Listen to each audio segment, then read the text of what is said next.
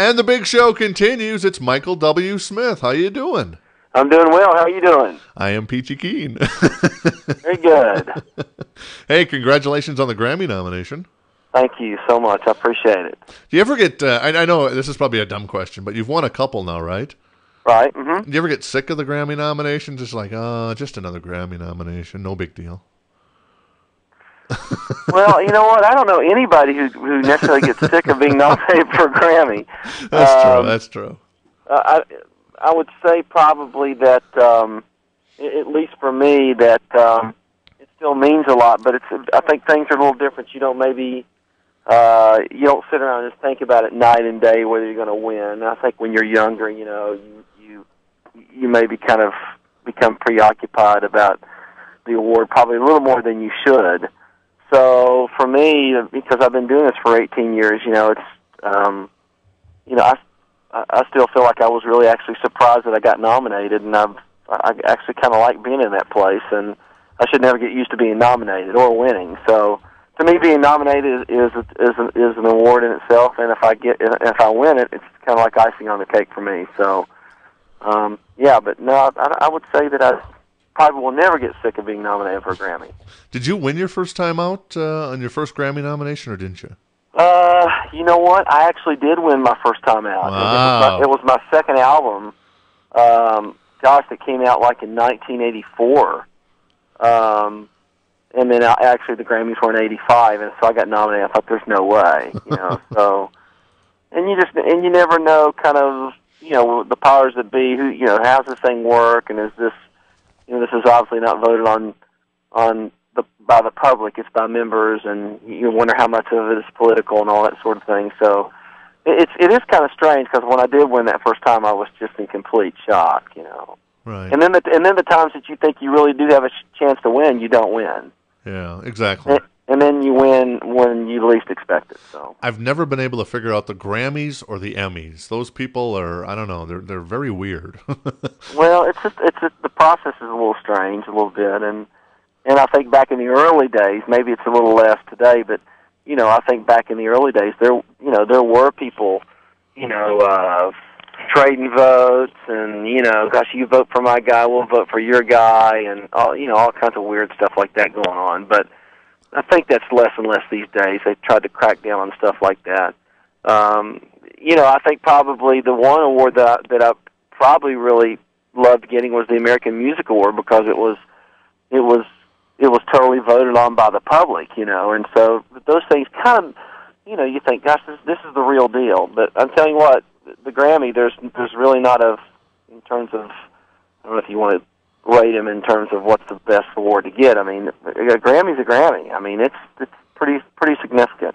I can see from a songwriter's perspective where the Grammy would be more prestigious, but probably from a performer's perspective, the AMAs would be, a better award. So. Yeah, you're right. So. You're right, and I think a Grammy brings quite a bit of marquee, and can obviously maybe take your career down the road a little farther. This guy's won a Grammy or won 3 Grammys or whatever. I think it really does mean a lot. Right. We should talk about the new album, which is Freedom, which is an all-instrumental album. Are you a big fan of instrumental music? I would assume you are. You know what? I am, and some of my favorite records that I listen to are movie soundtracks.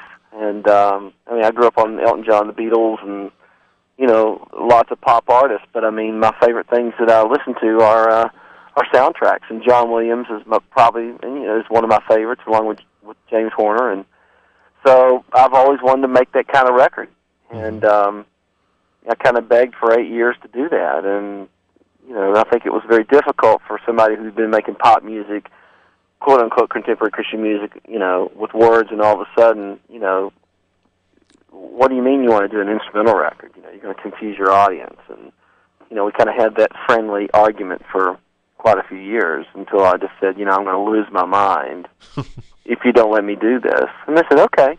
It's kind of like, golly, what happened to you guys?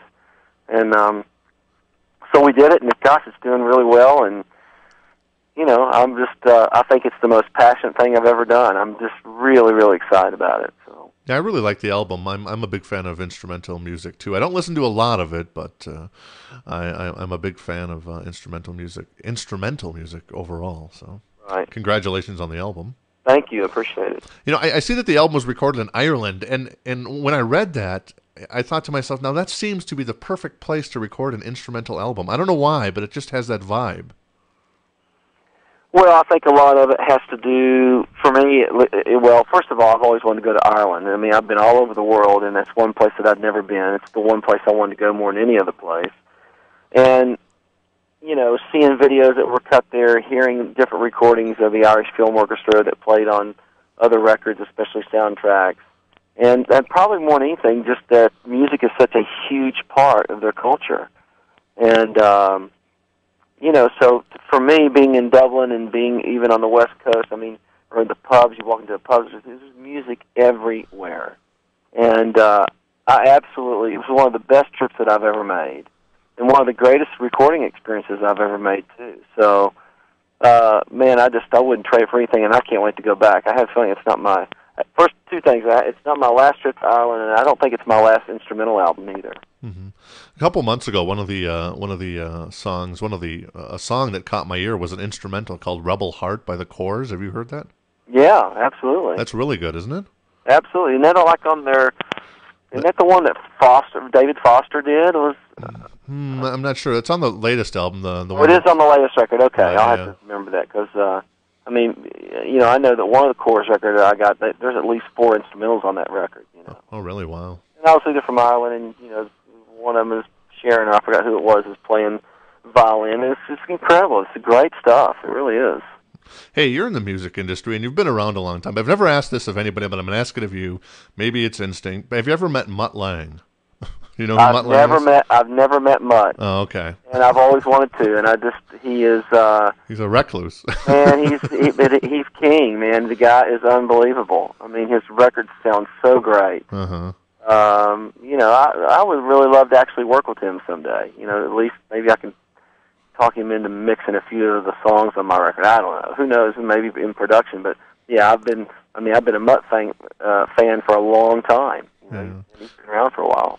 He seems to only do just a couple songs here and there now, sans the Shania stuff, and I've noticed. So yeah, he doesn't do a lot, you know. And the Shania record, I mean, it sounds so expensive, and I can almost tell you even if nobody told me about the Shania thing, and I knew Mutt did it, but you know, you hear something, I can tell you it's Mutt Lange because there's nobody who mixes or produces records like Mutt. So he's extraordinaire, definitely. I'm a big fan of his.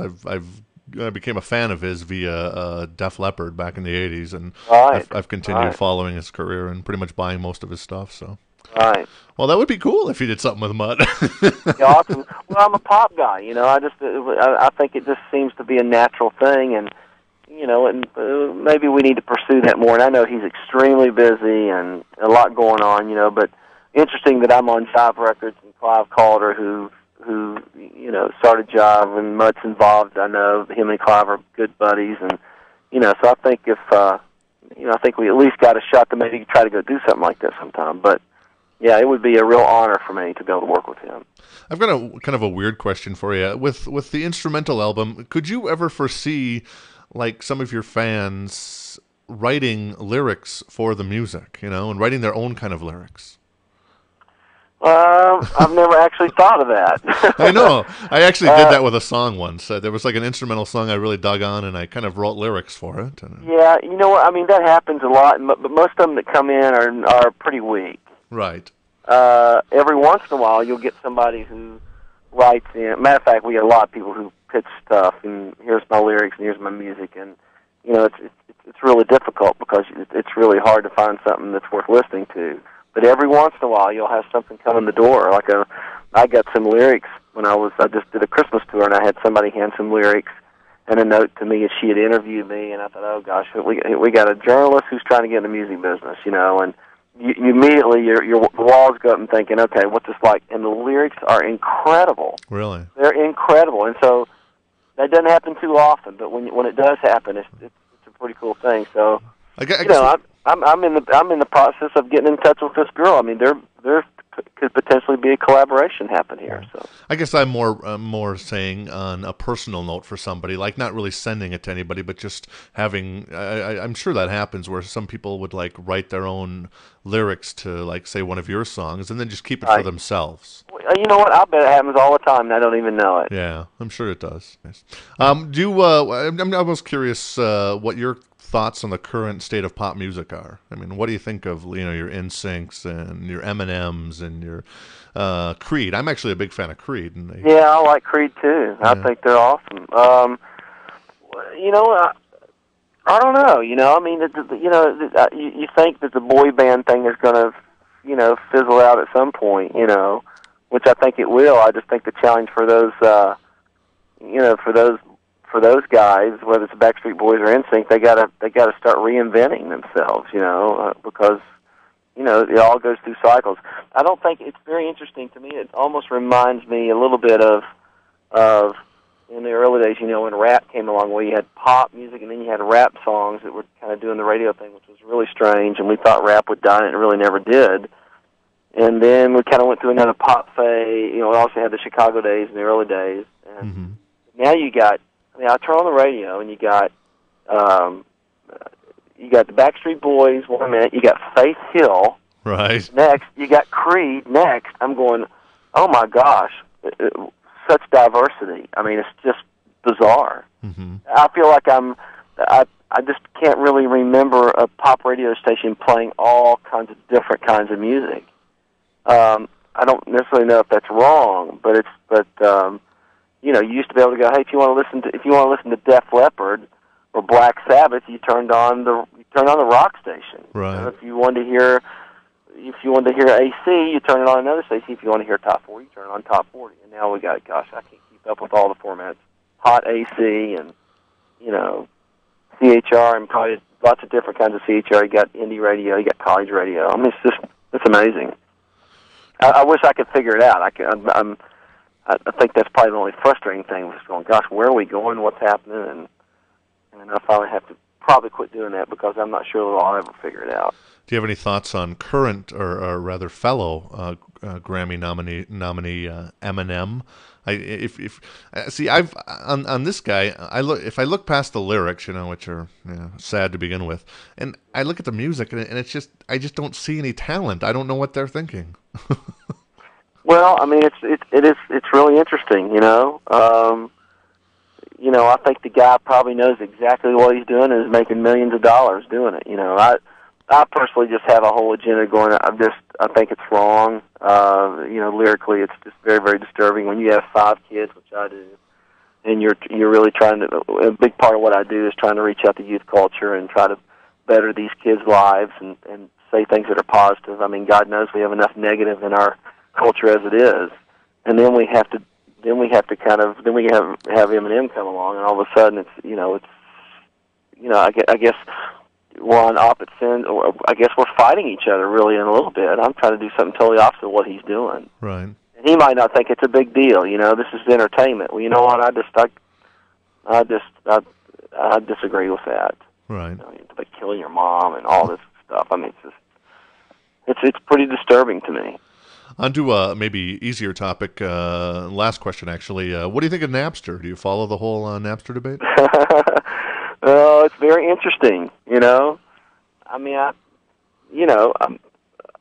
see their argument, to a certain degree, but I mean, it was so funny. My son, who's 17, he's my oldest, who's actually quite talented and wants to be a movie director, and he's a great musician. But besides all that, he's a whiz at the computer. And he says, "Hey, Dad, come here, check this out. Go on Napster. They got everything you've ever done, yep. And even stuff that was cut live that's not even out. They got bootleg stuff of something I recorded in '92 or '95." And I just go, "Wow, you know what? I probably really do have a problem with this, because people are downloading songs and they're getting them for free, and you know what? I just think it's I think it's a crime. Right. It's just my personal opinion, So So what I've used Napster for mostly is songs that were like one-hit wonders, or you can't even find in stores anymore, and right, live stuff. I love collecting live stuff, which is very hard to collect. And basically, whether you're paying for a bootlegger for it or downloading it from Napster, I think it's kind of the same there. The only person not making money is the bootlegger, because the artist isn't right, making any money off the bootleg. exactly. So that's what So I I use. think there needs to be some sort of. I mean, I don't know what the latest is. I haven't kept up with the latest court decisions are, and I know they're trying to work out there's some sort of fee that's going to be paid, minimal fee. But I think there's got to be some changes if they're going to continue to operate. Because you know what? There's not just Napster. There's a whole bunch of guys out there doing what Napster's doing. So you can't just fine or slap Napster around. You have to do it to all these guys. If Napster gets shut down, hey, there's somebody else that's going to come along. So very interesting how the internet and all this stuff is kind of taken off, and all of a sudden everybody, in terms of court proceedings and the law, I mean, we're all trying to catch up, and going, we got to draw the line here. So it's interesting. It really is.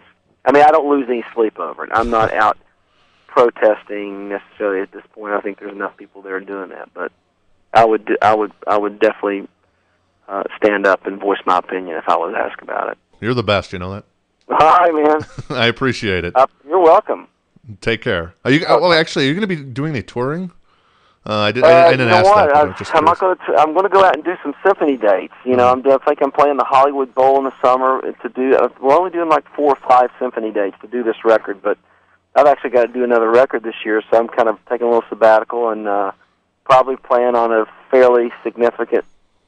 Right now, we're looking at an arena tour probably starting in the spring of 2002. Okay. And it's going to take me probably most of the year to kind of wrap this thing up. So. Okay, that's cool. So record number 15, believe it or not, that's what I'm getting ready to work on. Wow, impressive. Well, right. I'm blown away. I was thankful that I got to do one, and to know that almost 20 years later you're still doing it, I'm extremely thankful. All right. Well, once again, I appreciate the time, and good luck with the album. Thanks, Malcolm. I appreciate it. Take care.